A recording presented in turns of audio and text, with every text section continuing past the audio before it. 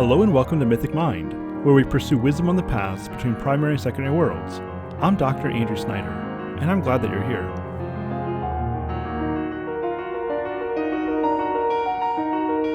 Hello and welcome back to our study on life, death, and meaning with Beowulf and Boethius. This time we are approaching the end of this study. This is the second to last episode in this series, and this time we're going to be taking a look at some secondary material that's related to what Boethius is doing. And that's going to be on the topic of St. Augustine's relationship with time. How did he view time? How does it work in relation to eternity? That sort of thing. So Boethius deals with this. I felt like this would be some good side material to dig into this topic a little bit further. So I hope you enjoy.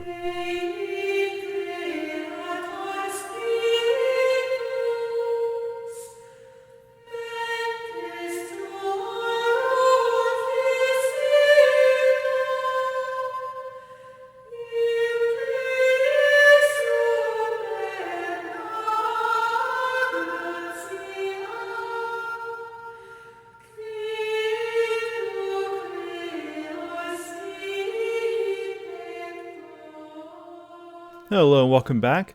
This week in Book 5 of the Constellation, Boethius is going to talk a lot about the concept of time, and specifically how our experience of time and our freedom to make decisions, how that relates to the eternal providence of God. The issue that's going to arise is, if God has perfect foreknowledge of everything that will come to be, then that includes the decisions that you will make in the future. Now, if God's knowledge is perfect, then that seems to then mean that the knowledge that God has in his mind about the choices you will make will necessarily come to pass. In other words, your decisions for the future are locked in, and there's nothing you can do about it. You are going to make the decisions that you are going to make that God already foreknows. Well, that then seems to raise some problems for the idea of human freedom. Do we really have freedom? Do we have genuine decisions to make? Or is everything that we call freedom, our responsibility to make the right choices, well, is that simply an illusion? And so that's what Boethius will be dealing with. And I thought it'd be worth dealing with kind of a related conversation and looking at what St. Augustine has to say about time. Augustine, who was around about a century and a half before Boethius, and obviously a major figure, one of the biggest figures in the history of Christian thought. And all the passages that we'll be looking at today come from Book 11 of Augustine's Confessions. And so definitely recommend, as I've done before already in this course, if you haven't already, pick up a copy of Augustine's Confessions and read through it. It's one of my favorite books. It's very powerful. As for most of the book, he's running through his spiritual autobiography, detailing the various ways that he went wrong, as well as eventually how God called him to himself. And so we go through his philosophical journey, we go through his theological journey, and ultimately we see how this pagan became converted to Christianity with mind as well as with heart. Well, toward the end of the Confessions, Augustine spent some time really just getting into theology proper, and he really focuses in on his understanding of the Genesis account of creation.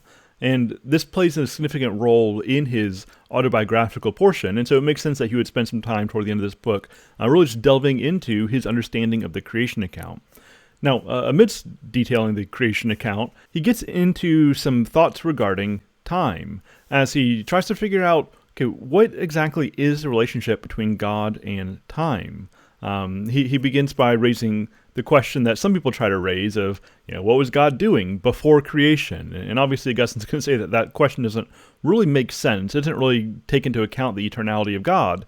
But at the same time, it's difficult to give a meaningful response to that because it raises all kinds of questions about what we even mean by time. Now, Augustine says it doesn't make sense to ask what was God doing before time, because obviously before is a reference point within time, and God himself has to exist outside of time, because time has to have a beginning, process. Change has to have a starting point. If you have a line of dominoes that are falling over, then in order for the domino right in front of you to fall over, well, the one before that has to fall over, and the one before that. And eventually you have to get to that first domino that is knocked over. Otherwise, you have an infinite regress where you have a string of dominoes going back into infinity, but there's no initial cause that set off the chain of events. Well, if there's no initial cause to set off the chain of events, then how is there even a chain of events to begin with?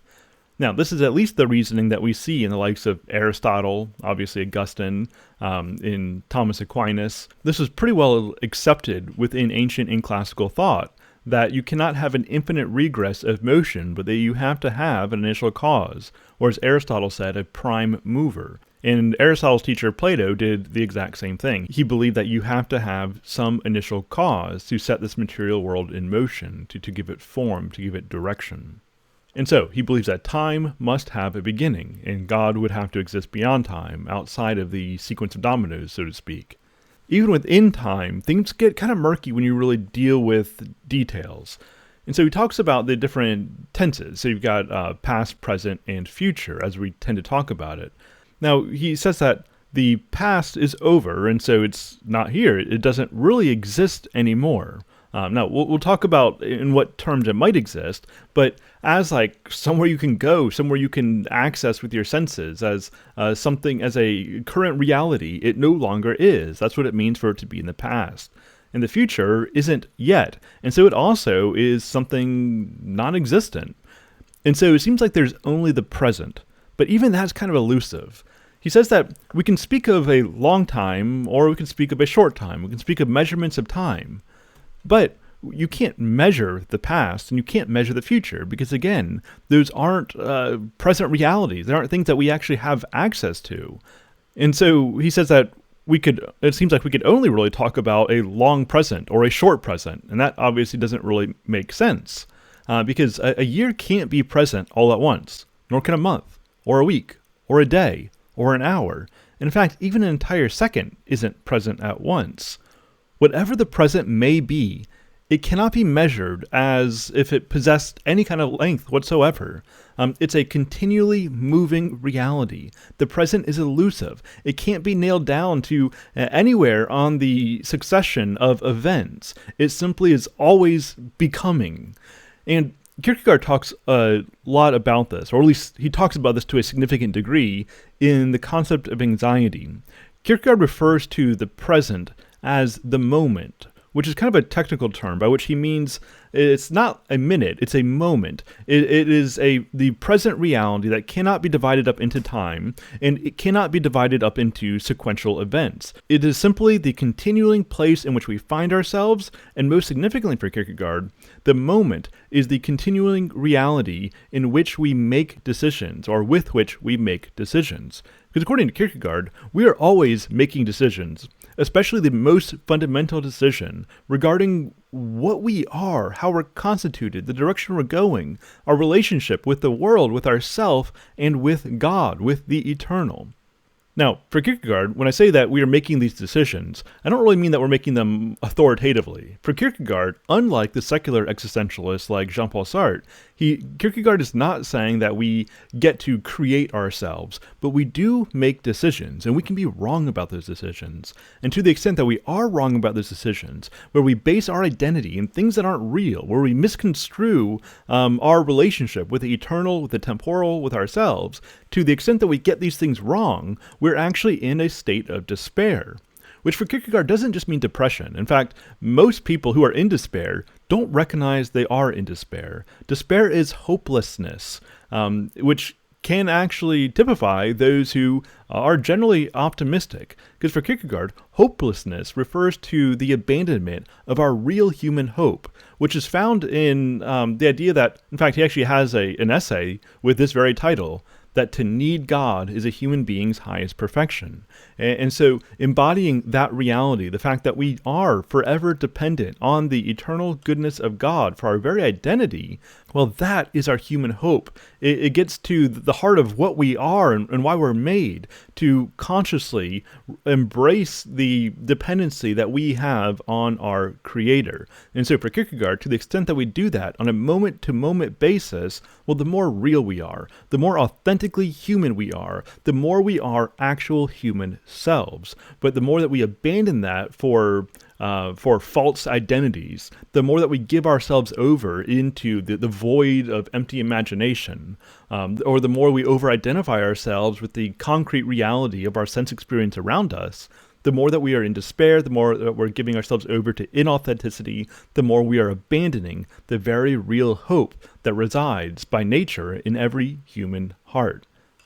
Well, in saying all of this, I think that he has something in common with St. Augustine. As we're going to see as we move forward, Augustine is going to take all of what we understand as reference points for time, and he's going to bring that into our present experience.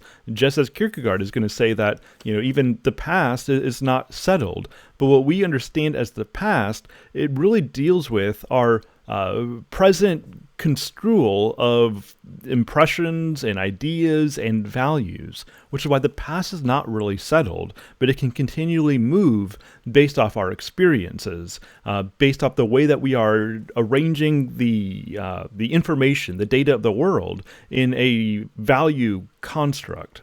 And so the past is forever changing based off our existential state or our existential becoming, however we want to phrase that. And the future is always based off our anticipation of the fulfillment of present realities. So Kierkegaard and Augustine are very much going to be in harmony with this. In fact, I see such sympathetic themes between these two figures, Kierkegaard and Augustine, that I actually, at one point, intended to write my dissertation on these intersections until I came across a book that largely did that already. And so if you're interested in looking at some of these intersections between Augustine and Kierkegaard, you can pick up Eros and Self-Emptying, The Intersections of Augustine and Kierkegaard by Lee Barrett, and I'll include that in the supplemental reading as well. But let's go ahead and see what else St. Augustine has to say about time. And so, as I've already mentioned, he starts to dig away at this idea that there actually are three different tenses of time. He says, will anyone claim that what we learned as children and teach our children is not true at all? That there are not three tenses, past, present, and future, but only the present, and that the other two do not exist? Or that the other two exist, but only as emerging out of mystery, when the future turns into the present, and submerging into mystery, when the present turns into the past. And so perhaps what we call the past, as Kierkegaard would say, is really not this fixed objective reality that we're looking back on, but rather it's a collection of conditions that accounts for the present. And so all of what we call the past is really an outworking of present realities. And also, kind of on the same line of thought, maybe knowledge of the future. And he says that, whether talking about prophecy or simply just accurate predictions, that knowledge of the future is a representation of the fulfillment of present realities that are actually present now in incipient stages. And so the past is simply an outworking of the present, and so is the future. And so this is a way that we can maintain the reality of the past and the reality of the future by bringing them into, or conveying them as sub-branches of the present, which is the only real.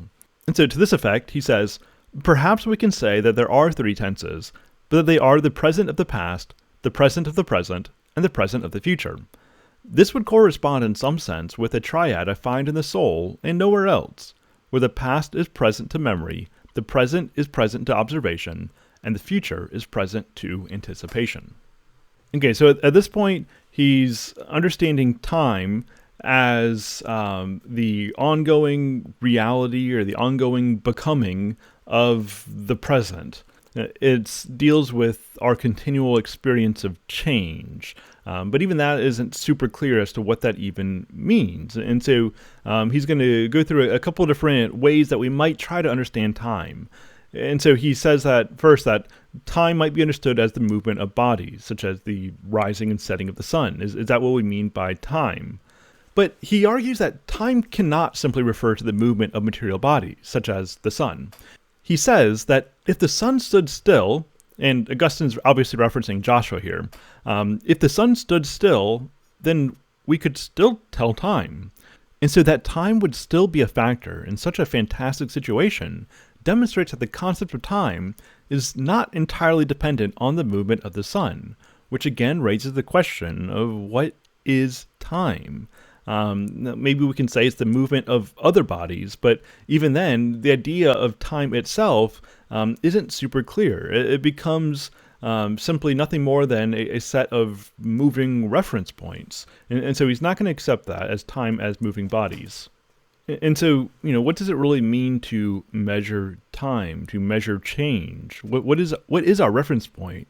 And that's significant because if we're going to understand time itself as something like change, the question is change from what? And that's really what Augustine is hinting at here, that we need some kind of standard, because then the idea of change doesn't really make sense apart from a standard. And so what is our standard? What is the standard of change that helps us to understand what time is? And so he says that we do measure time, but not clearly things which do not yet exist, or have no length, or no longer exist, or have no finish, which means that we cannot be measuring the future, the present, the past, or the mere duration when we measure time, which is nonetheless a thing that we do. And this is something that Augustine very often does, especially in the Confessions, when he's dealing with some kind of philosophical or theological issue. He keeps raising these questions, and sometimes it takes him a while to get to an answer. Sometimes he doesn't really get to a clear answer. And so what you get in the Confessions is not a man with all the answers. What you get is a man with a lot of questions, a lot of wonder, somebody who simply wants to understand the deeper things of the cosmos, and ultimately he wants to understand the deeper things of God, recognizing that all truth is found in and from and unto God. And so in his philosophical inquiries, he's always engaging in a prayerful attitude toward God. He's asking for wisdom. He's raising questions. He's recognizing what he does not know. And so here, he's setting up this fact that, we don't really know what time is. Yeah, time to some extent is change, but change according to what? Or change in reference to what? And despite the fact that we don't have a clear understanding of what we mean by time as change, we are able to measure time. But how do we measure time? And so we can't measure the past because it's not in front of us. We can't measure the future because it's also not in front of us. And you can't measure things that aren't in front of you. But we can't measure the present because the present cannot be broken up into sequential points of reference that can be measured. The present is an ongoing reality. It is forever becoming. It is never being. And so what do we do here? Well, he continues to raise this issue by talking about sound. He says that, so those ended sounds, and so we say something. And he talks about, we recite a psalm. We say something, anything at all. And that sound comes forward. We hear it in the passing moments, but as we hear it, that which is future is being moved into the past, and the question still stands of how does this movement from the future to the past actually happen, especially since we're talking about kind of a non-being moving into non-being, the non-being of the future moving into the non-being of the past. And so he says that, so those ended sounds are not themselves being measured, but something in my mind that they left behind them, and that is still there. This is his attempt to understand how we can measure the past. We aren't really measuring the past. What we're measuring is the impressions in our present mind. And so our measurement of time actually becomes something very existential. It's not something that's happening out there in the world, really. It's actually what's happening regarding my framing of the impressions within my mind. He gets very existentialist here. But I also think he's doing something significant in recognizing that we have a responsibility for the way that we understand time. It's not simply something that we find beyond ourselves, that we relate ourselves to, although to an extent we do that. But at the same time, we have a responsibility internally to arrange the past in the appropriate manner. The way that you understand the past, the way you understand your past, is not something that's simply given to you. And a lot of times, that's how we treat the past. The wrongs that we experienced, the sufferings we've experienced, maybe the good things we've experienced, the turns of fortune that we've experienced. We take all the things that happen to us simply as given. But in so doing, we're actually shirking our responsibility to be intentional about the way that we are arranging the past as present reality. Your relationship to the past is a present reality. And I think that this is something that Boethius would heartily agree to, especially as we understand ourselves in relation to fortune. That Boethius, at the beginning of the Consolation of Philosophy, he has this understanding of what's happened to him in the past, maybe what's happened to him in the recent past. But what Lady Philosophy would have him recognize is that he is never simply a victim, that his understanding of past events, the sequence, as well as the value of those events, is wholly dependent on Boethius' responsibility of putting things together in a certain way. And so the way that you understand your place within time, it very much comes down to a matter of existential responsibility. Are you being responsible in the way that you are arranging the things that seem to have happened to you in a way that's going to allow you to take responsibility, that's going to allow you to be faithful, that's going to allow you to become a stronger person made in the image of God? And if your past weakens you, then you're failing to take that responsibility seriously. Now, don't misunderstand me. Somebody watching this very well may have some extraordinary suffering in their past. And I'm sympathetic to that. I think that the point that Augustine is raising here, the point that Boethius at least implicitly raises, I think it is indeed valid. I believe that all things can work for our good if we're willing to receive them as such. Tolkien says something like this: what punishments of God are not gifts?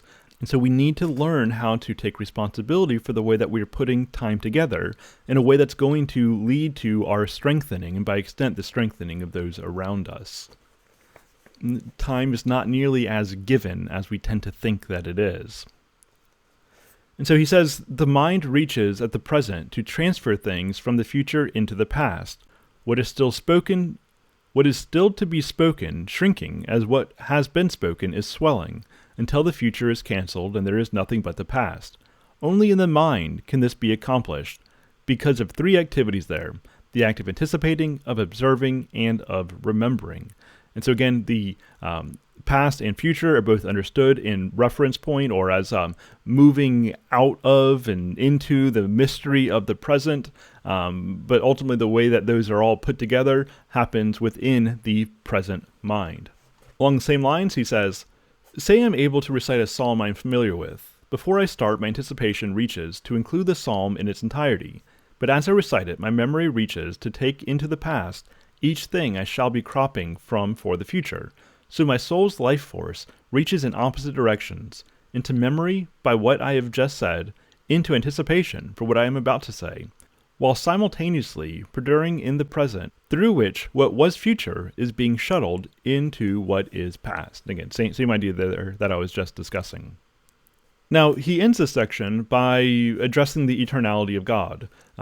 As I said, that much of this book, he moves from his own reflections right into prayer. It's all part of a conversation to God, right? Hence the confessions. He's confessing his soul to God, ultimately.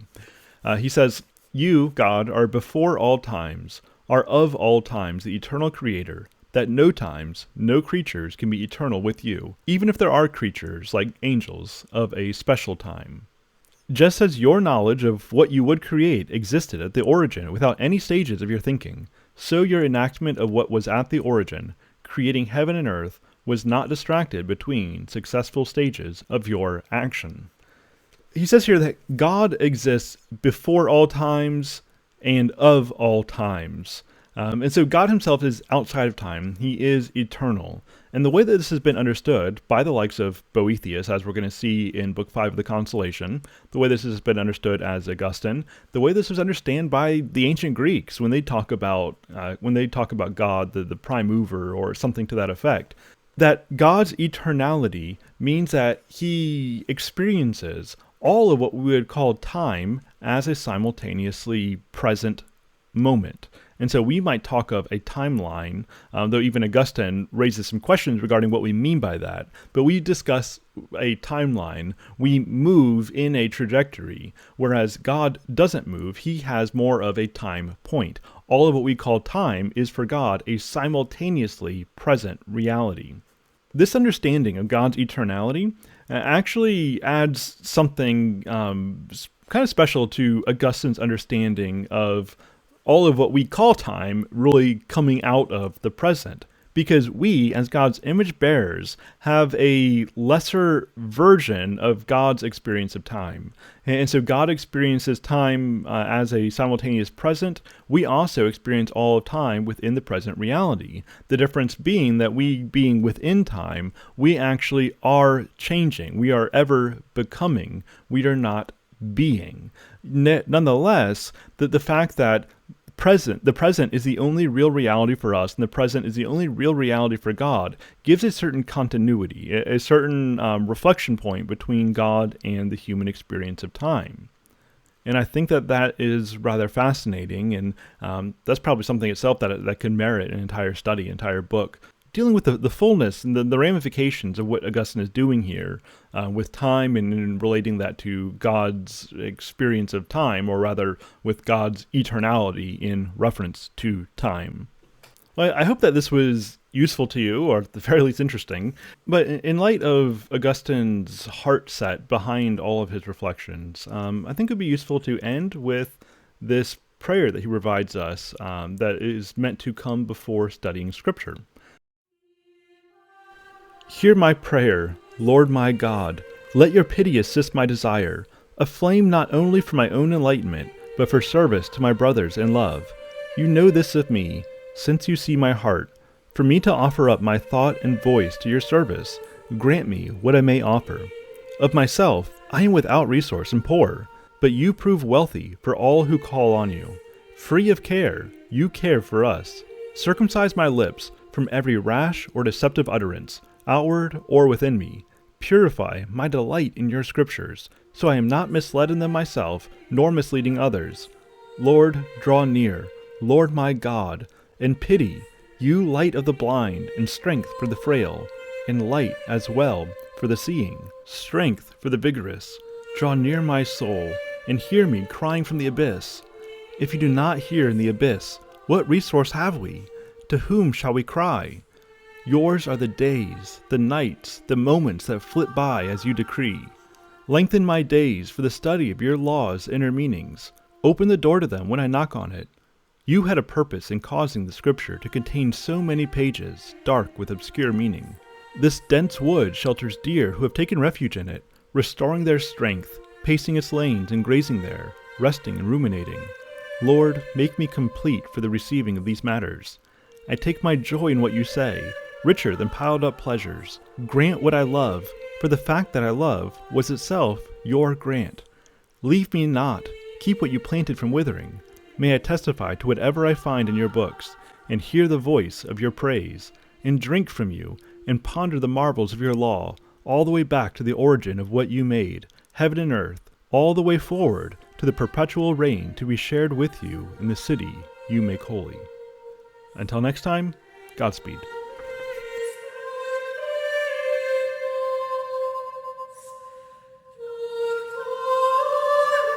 Thank you for listening to the Mythic Mind podcast, or watching over on my YouTube channel, and both of those options are available to you. And so usually these presentations, especially when they're coming from what was originally a course, they have some visuals that go with it, some slides, some quotes, some images, and so if you want that full experience, make sure that you do watch the video, but if you want to listen on the go, then the podcast works just fine. And I'd like to give a special thank you to all of my patrons, and by name, I'd like to thank all Tier 3 patrons.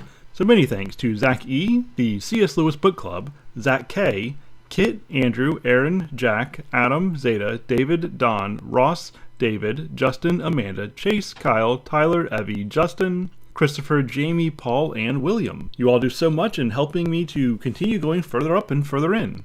And if you're listening right now and you are not a patron, then, well, I welcome you to become one.